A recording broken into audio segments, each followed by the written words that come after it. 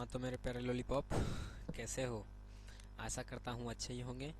तो आज हम लोग फिर से मौजूद हैं एक नई क्लास के साथ, जिसमें भारत माता चैप्टर जो कि सुमित्रा नंदन पंत के द्वारा लिखा गया है, इसका जितना भी सब्जेक्टिव है उन सभी को आज हम लोग सॉल्व करेंगे। ठीक है, इससे पहले हमने ऑब्जेक्टिव और कभी कभी और उस पूरा पाठ के बारे में आपको बता दिया है। अगर आपने इससे पहले वो वीडियो नहीं देखा है तो एक बार जाकर आप उसे देख लें, तब जाके आपको यह क्वेश्चन आंसर पूरी तरह से क्या होगा, समझ में आएगा।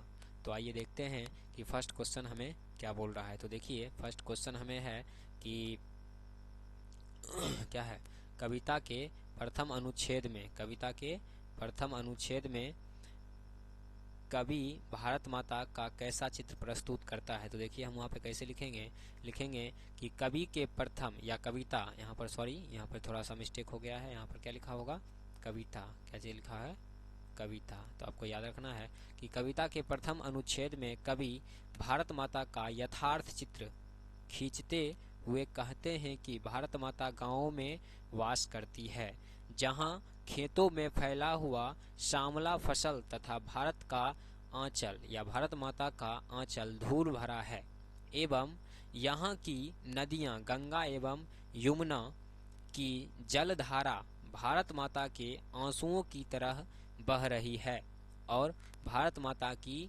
प्रतिमा मिट्टी की तरह क्या हो गई है, उदासीन हो गई है। क्या हो गई है, उदासीन हो गई है। ठीक है, तो इस प्रकार से हम लोग फर्स्ट का आंसर क्या करेंगे, लिख देंगे।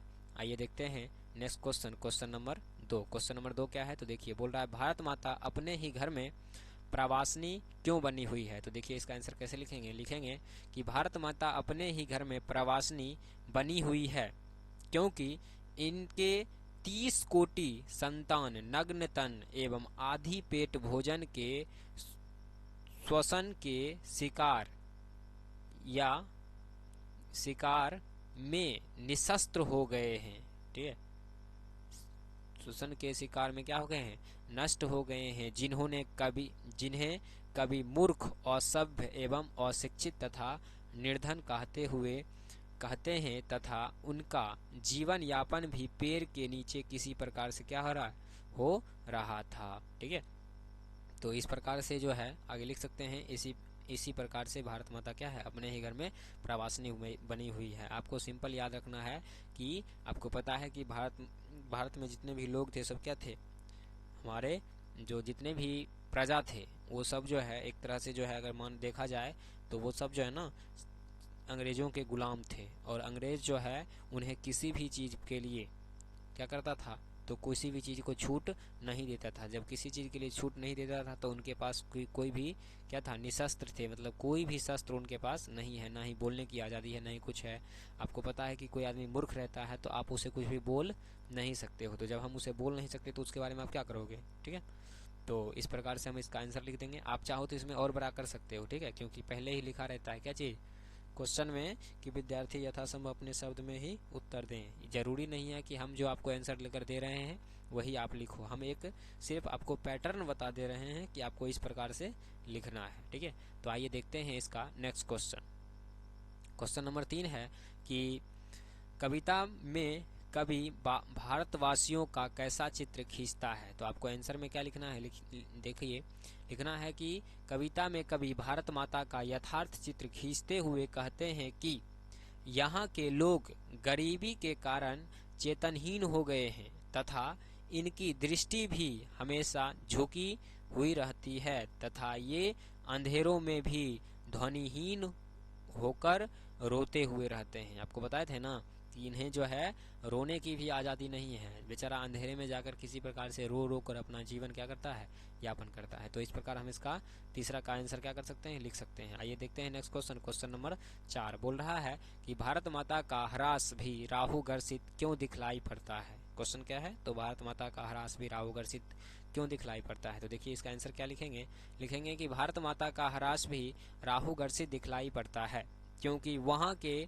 सोने के जैसे फसल को अंग्रेजों के पैरों तले रौंदे जा रहे हैं तथा धरती की तरह सहनशील वहाँ की जनता भी कांपती है, फिलकती है। लेखक अपने होठों से या लेकिन अपने होठों से, लेखक नहीं होगा यहाँ पे, क्या है, लेकिन अपने होठों से मौन रहते हैं। ठीक उसी प्रकार जैसे जब चंद्रमा पर राहु क्या हो जाता है, तो ग्रसित हो जाता है। जब चंद्रमा पर क्या होगा, राहु ग्रसित हो जाता है, उसी प्रकार से यहाँ की जनताएं भी जो है क्या है, पूरी तरह से अंग्रेजों के गुलाम में है, या आप समझ सकते हो कि अंग्रेजों के जंजीर में बंधी हुई है। ठीक है, आइए देखते हैं इसका नेक्स्ट क्वेश्चन, क्वेश्चन नंबर 5। देखो क्या बोल रहा है कि कभी भारत माता को गीता प्रकाशनी मानकर भी ज्ञान मूढ़ क्यों कहता है। ठीक है, क्वेश्चन हमारा यही था।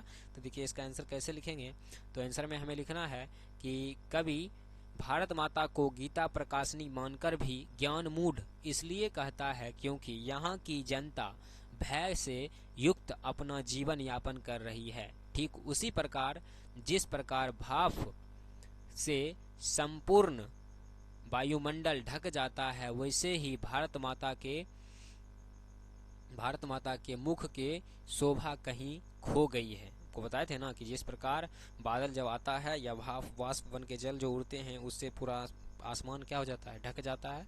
ठीक उसी प्रकार से यहाँ कवि बता रहे हैं कि भारत माता का भी जो है क्या है, मुख की शोभा कहीं छिन गई है। ठीक है, आगे है कि कवि की दृष्टि में आज भारत माता का तप संयम क्यों जरूरी है। ये हमारा क्या हो जाएगा, तो क्वेश्चन नंबर 6 हो जाएगा। तो देखिए इसका आंसर कैसे लिखेंगे, लिखेंगे कि कवि की दृष्टि में आज भारत माता का तप संयम इसलिए जरूरी है क्योंकि उन्होंने अपने स्तन से पिला अमृत का अहिंसक उनके जीवन से दुख दर्द संकट को हटा दिया है तथा उनके जीवन में खुशियों ही खुशियां भर दी गई है। यानी आपको बताए थे कि भारत माता अपने सुधो मुखे स्तंभ से जो है उन्हें पिला अहिंसा का क्या किया था, दूध पिलाया था, जिसके कारण उसके मन में या उनके मन में जो भी शंका थी, जो भी भय था, जो भी डर था, उन सभी को भारत माता ने क्या किया था, हर लिया था और उन्हें इन सभी चीज़ों से क्या किया था, मुक्त कर दिया था। ठीक है, तो यही बात हमें यहाँ पर लिखना है। आप चाहो तो इसमें और ऐड कर सकते हो, इसके लिए कोई दिक्कत नहीं है। तो इस तरह से हमने 6 नंबर तक क्वेश्चन देख लिया है। आइए देखते हैं क्वेश्चन नंबर 7। क्वेश्चन नंबर 7 है क्या चीज़, पहले देखिए लिखा हुआ है व्याख्या करने वाला है, तो व्याख्या करने वाला पहला क लिखेंगे। ठीक है, पहला क्वेश्चन है स्वर्ण सस पद तत् लुंठित धरती सा सहिष्णु मन कुंठित। इसका हमें क्या करना है, तो आंसर देना है। तो देखिए आंसर में क्या लिखेंगे, लिखेंगे कि प्रस्तुत पंक्ति हमारी पाठ्य पुस्तक गोधूली भाग 2 के काव्यखंड के भारत माता शीर्षक पाठ से लिया गया है, जिसके रचनाकार सुमित्रानंदन पंत जी हैं। प्रस्तुत पंक्ति के द्वारा कवि यह स्पष्ट करना चाहते हैं कि भारत के सोने जैसे फसल को अंग्रेजों ने पैरों तले रौंदे जा रहे हैं तथा धरती की तरह सहनशील वहाँ की जनता कुछ नहीं कर रही है। ठीक है, यानी भारत में जितने भी फसलें हैं उन सभी को जो है किसके द्वारा, तो अंग्रेजों के पैरों तले रौंदे जा रहे हैं और पृथ्वी की तरह सहनशील वहाँ की जनता क्या कर रही है, बेचारी कुछ भी नहीं कर रही है। ठीक है, तो देखो आपको यहाँ पर लिखने का तरीका देखना है कि हमने ये पंक्ति को ऊपर लिखा, उसके बाद पैराग्राफ चेंज करके हमने बाकी पंक्ति को डाला है। ठीक है, यही सब आपको यहाँ पर सीखना है। दूसरा चीज़, यहाँ पे जैसे चैप्टर का नाम आएगा तो यहाँ पे इन्वर्टेड कोमा शुरू हुआ तो आपको इन्वर्टेड कोमा यहाँ पर बंद भी करना है। ठीक है, ये मिट गया है थोड़ा सा। चलिए आगे देखते हैं इसका क्वेश्चन नंबर ख। बोल रहा है चिंतित भुकिट क्षितिज तिमरांकित नमिंत नयन नभ वांछित वाष्प वांछित। तो आपको इसका क्या करना है, स्पष्ट करना है, यानी व्याख्या करना है। तो हम देखो आंसर में क्या लिखेंगे कि प्रस्तुत पंक्ति हमारी पाठ्य पुस्तक गोधूली भाग 2 के काव्यखंड के भारत माता शीर्षक पाठ से लिया गया है, जिसके रचनाकार सुमित्रानंदन पंत जी हैं। आगे लिखना है कि प्रस्तुत पंक्ति के द्वारा कवि यह स्पष्ट करना चाहते हैं कि भारत के लोगों का जीवन भय से घिरा हुआ है तथा उनका मस्तक भी झुका हुआ रहता है और उनके मुख की शोभा भी छीन सी गई है तथा भारत के सोने जैसे फसलों को अंग्रेजों के पैरों तले रौंदे जा रहे हैं तथा धरती की तरह सहनशील वहाँ की जनता कुछ नहीं कर पा रही है। ठीक है, तो इस प्रकार से यहाँ पर हमने क्या किया, इसका क्वेश्चन नंबर 7 का ख भी खत्म कर दिया। ठीक है, आई होप आपको ये पूरा वीडियो अच्छा लगा हो। तो इसमें देखिए टोटल था कितना क्वेश्चन, 7 क्वेश्चन था, तो हमने उन सभी को क्या किया, सॉल्व किया। तो आज के लिए इतना ही रहने दीजिए, देखेंगे विशेष अगले क्लास में। तब तक के लिए जय हिंद।